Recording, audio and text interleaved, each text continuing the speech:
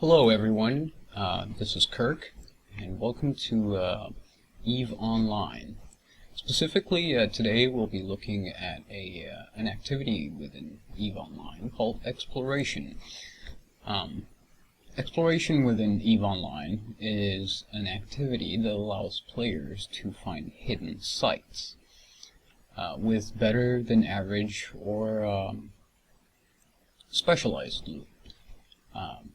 Now, for this particular activity, I'm assuming you're already familiar with a few key concepts in EVE Online, such as your skill queue. So let's have a look at the skills necessary for exploration. There are quite a few, but this does not mean that it's not something that a new player can do. You've got your astrometrics, your astrometric range finding, your astrometric pinpointing, your astrometric acquisition. Now you'll generally want these to be at the levels that you're seeing that I have them here. So definitely not something that's prohibitive. In addition to this, you will also want hacking and archaeology for the purposes of mimicking the things that we'll be doing in this tutorial. Now, the levels for hacking and archaeology are not in any way mandatory. However, we are in nullsec, so you'll generally want them to be above 1. I have my hacking at 3 and archaeology at 2 here.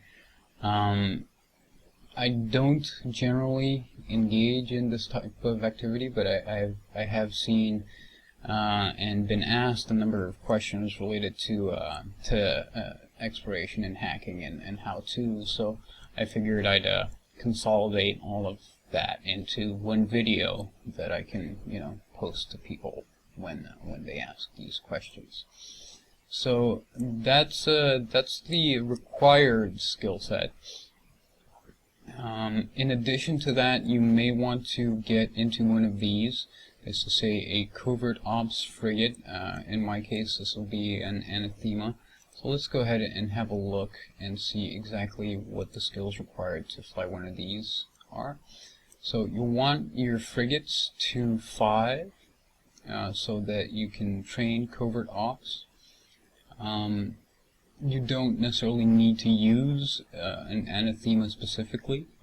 Each race has their very own covert ops frigate, and these are typically considered to be a specialized ship for exploration. If you take a look at the description here, you'll see that the roll bonus and the covert ops bonuses are related to exploration. Some people use them as combat ships because of these combat bonuses they get from the baseline frigate skill. However, that's not their main use. Although I have seen them used for combat specifically and quite effectively, but that's beyond the scope of this tutorial. So I'm using an anathema for fittings. The standard fit looks something like this. There are specialized scanning mods now. These are generally used if you're a little bit lower skill than I am. And are typically not mandatory. So let's go over this fit a little bit. So I'm using, for rigs, I'm using 2 small gravity capacitor upgrades. What these do is they increase the ship's scan probe strength, meaning that your scan time will be reduced. You'll be able to find sites quicker than usual. So they're a definite improvement on the base ship hull. you want a covert ops cloaking device. The benefit of having one of these is that you'll be able to warp while cloaked and generally maintain your cloak throughout most of the time that you're out in space, with the exception of the time that you're hacking and picking up cans. But we'll get to that a little bit later. Now I'm using a Sister's Core Probe Launcher and Sister's Core Scanner probes. These are a definite upgrade over the regular T1 module and probes, but they can be a little bit on the expensive side. As far as I know, a full set of probes and a core scanner, a Sister's Core Probe Launcher will set you back about 50 mil on their own, but they're definitely worth having. In our mids here, I'm using a 1MN micro warp drive, a Tech 1. You can use an afterburner, and a case can be made for using an afterburner, but this is just what I had lying around, so I just threw this on there. Relic Analyzer and Data Analyzer are mods that you will need to have on in order to complete the hacking sites that we'll be looking at today. So your Relic Analyzer is used for archaeology, and your Data Analyzer is used for data sites. Also have a PL shipment probe. You can use any type of cargo scanner. The idea behind this is that you can scan the contents of specific cans in sites to see whether or not they're worth taking the chance of actually hacking the can and picking up the loot from inside, because as we'll see, it's your most vulnerable moment. Additionally, in the low slots, I'm using agility and speed mods, so nanos and a overdrive injector system. So that's it for skills and and your ship and fittings. So that's sort of the basic preparation that you'll need to get started doing this. As far as I know, it takes about a month to get into a covert ops frigate, somewhere around there. You'll definitely want frigates to 5 either way, even if you do not want to go into exploration. You'll need covert ops if you want to fly a stealth bomber, etc. So you can use this as a it can be a byproduct of your regular training queue. So let's go ahead and undock here, and I will see you in space. Okay, so the first thing that you'll notice when you undock is this sensor overlay scanner sweep. And what this does is it identifies anomalies and cosmic signatures in space. Before you go ahead and check out exactly what they are, the first order of business should always be to get safe. Now, in my case, that means getting off this station and cloaked somewhere. Now,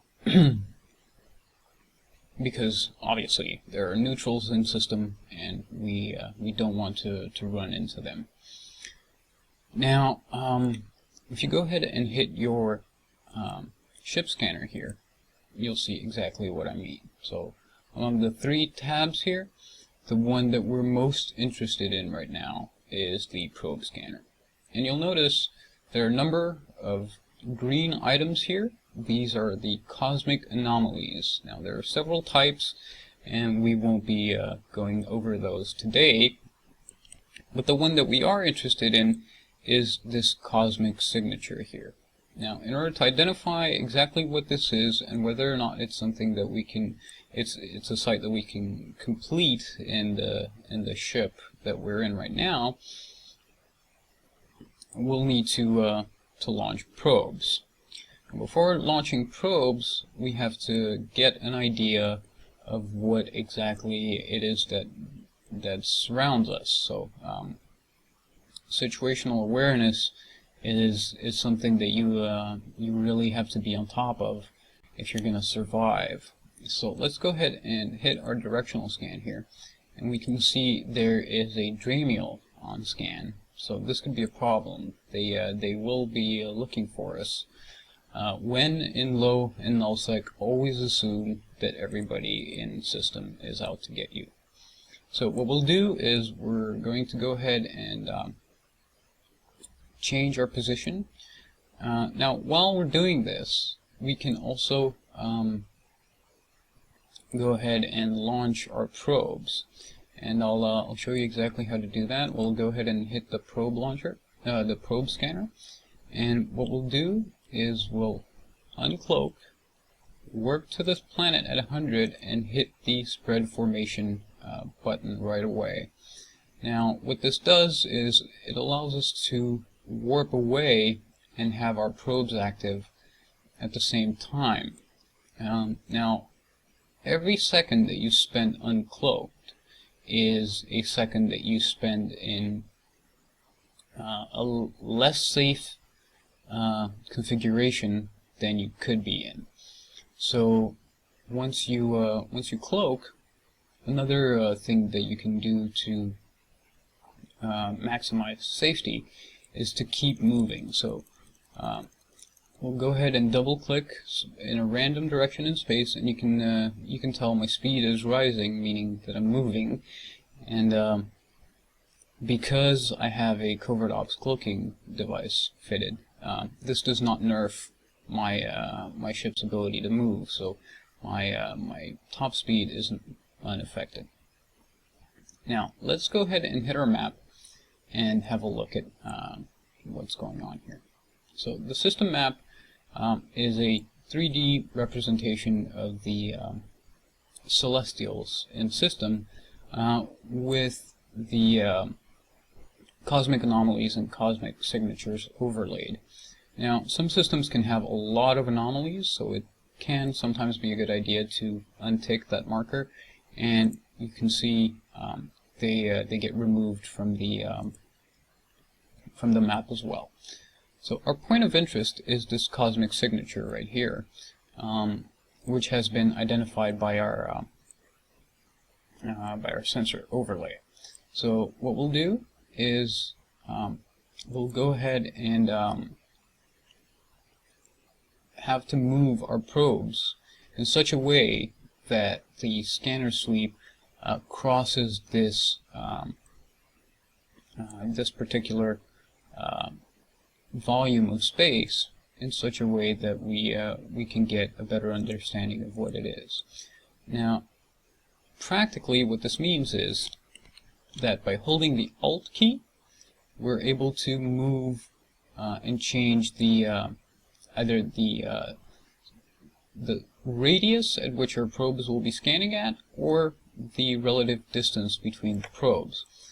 The first order of business is to make it so that these spheres overlap by bringing them closer together, and then we'll be able to move the cluster of probes around the map.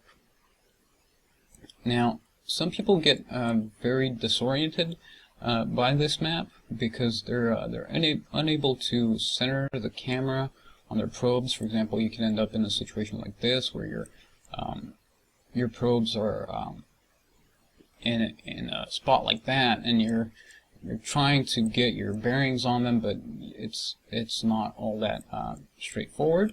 So what you do is you double click the central manipulator there, and the camera will center on it, so you're able to move them more easily. Now, another means of getting around in some of the larger systems is by right-clicking anywhere in space, and you can drag the camera around and get your bearings that way. So let's go ahead and recenter the camera and place our probes in the middle of this anomaly. Now, by dragging the edge of these spheres, we can either shrink or increase the radius at which our probes are going to be scanning. What we'll do is we'll get them to a radius that allows us to maximize the, or rather to minimize the amount of time that we spend scanning for this signature. So what we do is we ensure that everything is centered. Remember, this is a 3D environment, so just having it centered from just the one angle will most of the time not be enough. So make sure it's nice and centered every time, and then go ahead and hit the Analyze button. And you'll see that your probes will automatically warp to their designated locations and start scanning. So hopefully we'll be able to find this site. Now, it has identified two possible positions for this site. Now, I'm going to be completely honest here and let you know that I've actually pre-scanned this site. You can tell there's a bookmark here, but that footage got lost and I forgot to delete the bookmark. So for this particular instance, I know that the site is at this location, so I'm able to move my probes in that direction. But generally, when you end up in this type of situation, you want to try and scan down the the position closest to a celestial first. This is because these two positions are echoes. The site is identified as possibly being in two locations because of the geometry of how spheres intersect. A lot of people have gone into the detail of why that happens, and I won't go into that, but just know that it's not a bug. It is something that you have to work around. So we're going to go ahead and scan this site all the way down. Even if it is a combat site, what this does, let me go ahead and delete this location first. What you do is you scan them down because of the fact that you may actually come back this way, and if you don't know what a signature is, you may be tempted to waste time and scan it down again. So it's generally a good idea to have it scanned down, even if you're not going to complete the site. So let's go ahead and get it all the way to 100%. Now, it's a Serpentis base. This is a combat site. We're not able to complete it in this ship, but let's go ahead and bookmark it. And here's a good tip. You want to save the location of the site, and also make sure to include the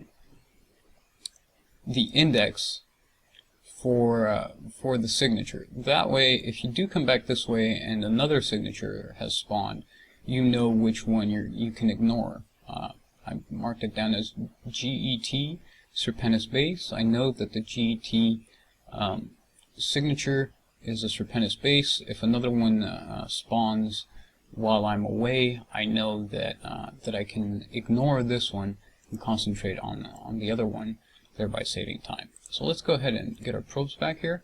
We're up to 16 neutrals in local, so we're going to have to be really careful here because there are a number of ways that we can get caught.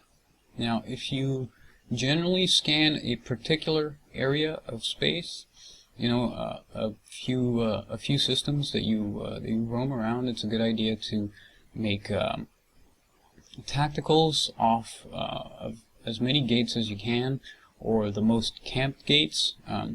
In this case, I know that the 8V gate does get camped quite a lot, so we're going to warp over there. Before we do, though, what we'll do is we're going to reload our probe launcher. I know that you can only do this while uncloaked, so I'm going to load it while warping. And once it's loaded back up, I can cloak right back up again and ensure that I'm in relative safety. So there are quite a few ships on scan here. Hopefully none near the 8B gate. This Dramiel does appear to be close by. Not anymore though. So I'm on an on-grid tack a ways off of this gate.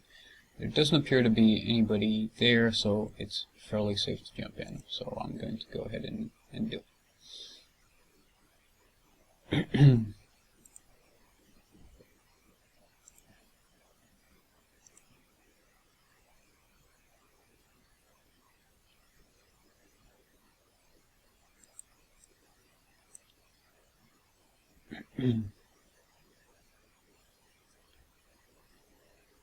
Alright, we're in the next system. It's empty, so there are no immediate safety concerns.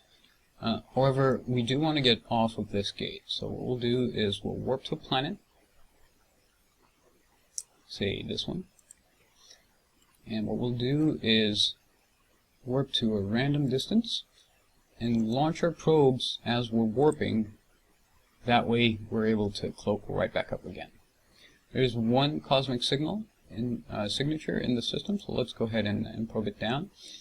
Now again, using the principles that we used before, we're going to try and make this a little bit quicker. As you can see, I was followed right away, so getting off that station, off that gate was a pretty good idea. And let's go ahead and scan this.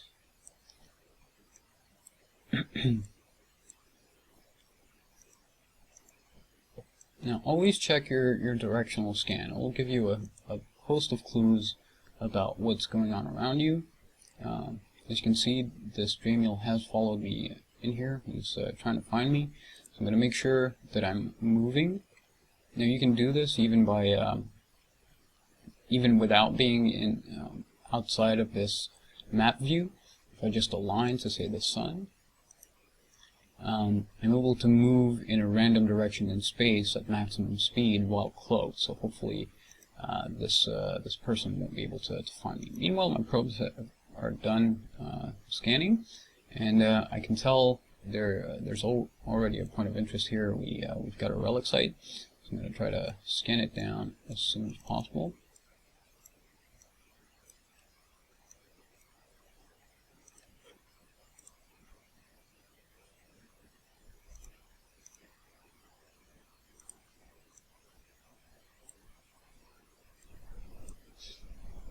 Okay, so we're down to 89%.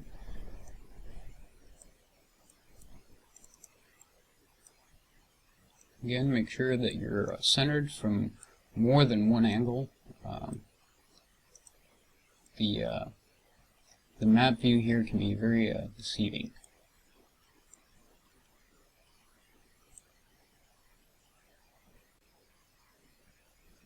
Okay, so again, save this location. Make sure to include the site index. Now, I don't necessarily care exactly what the name of the relic site is. I just know that it's a relic site from the bookmark, and that should be enough. So let's go ahead and warp to the site again. Reload our probe launcher as we're warping over there to maximize our to minimize the amount of time that we have to spend uncloaked, and so that we're primed for our next site, our next system.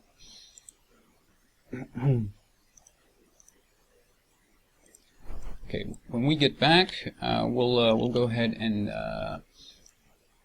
have a look over safety issues, safety concerns in these sites, as well as how to hack them. Okay, so we're back, and a couple of phone calls later, we are up to 2 neutrals in system. So before we go ahead and compromise our security here by uncloaking, what we'll do is we'll try to ascertain exactly what these people are in and maybe what their intentions are. Now, already one of them has shown up in our site here, and it appears to be a Tengu. So we'll need to make sure that we stay out of sight and not die to them. Now, Tengu is a Tier 3 strategic cruiser, so hopefully, you know, you won't try to engage them in any way, because, well, it will not end well for you. So, in the hopes that he'll leave, I'm going to pause the recording here, and we'll come back if we're able to continue to complete the site. So, I'll see you then. Okay, so it took a Black Ops drop from my friends, but he did end up leaving in the end. So I'm able to hack this lone can that he left me, so I can show you exactly how to go about doing this. So let's go ahead and uncloak here. The system is empty. Now we are not able to target the can from the beginning because of the decloaking delay timer. Now you want to start orbiting the can at a distance that allows you to continue to hack. That way, if there is a bomber cloaked next to the can waiting to pounce on you, you start with some speed, and you know, that should give you a little bit of an edge and allow you to escape. So let's go ahead and hack this can, and we'll take a look and see what this consists of.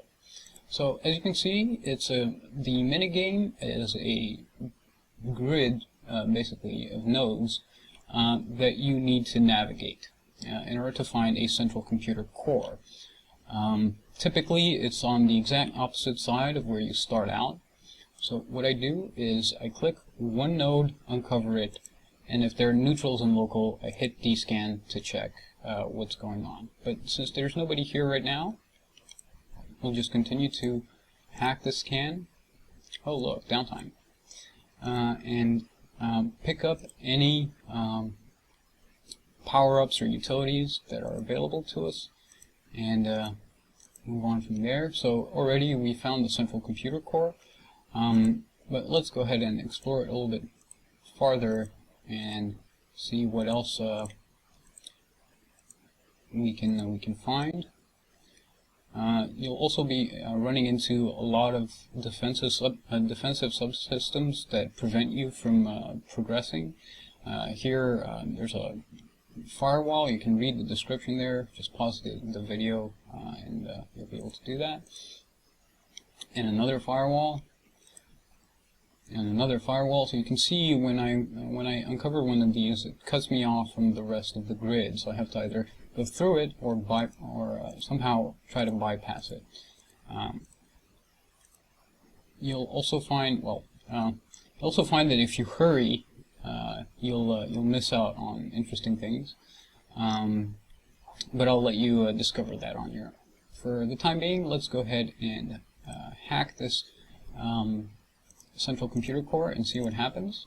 So now that was successful.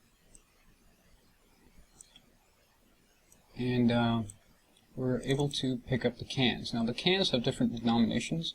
You want to try your best to pick them all up. The best ones to pick up for archaeology sites in particular are typically equipment and parts. Not necessarily in that order, but the parts are generally the good salvage. Although you can end up with not great loot.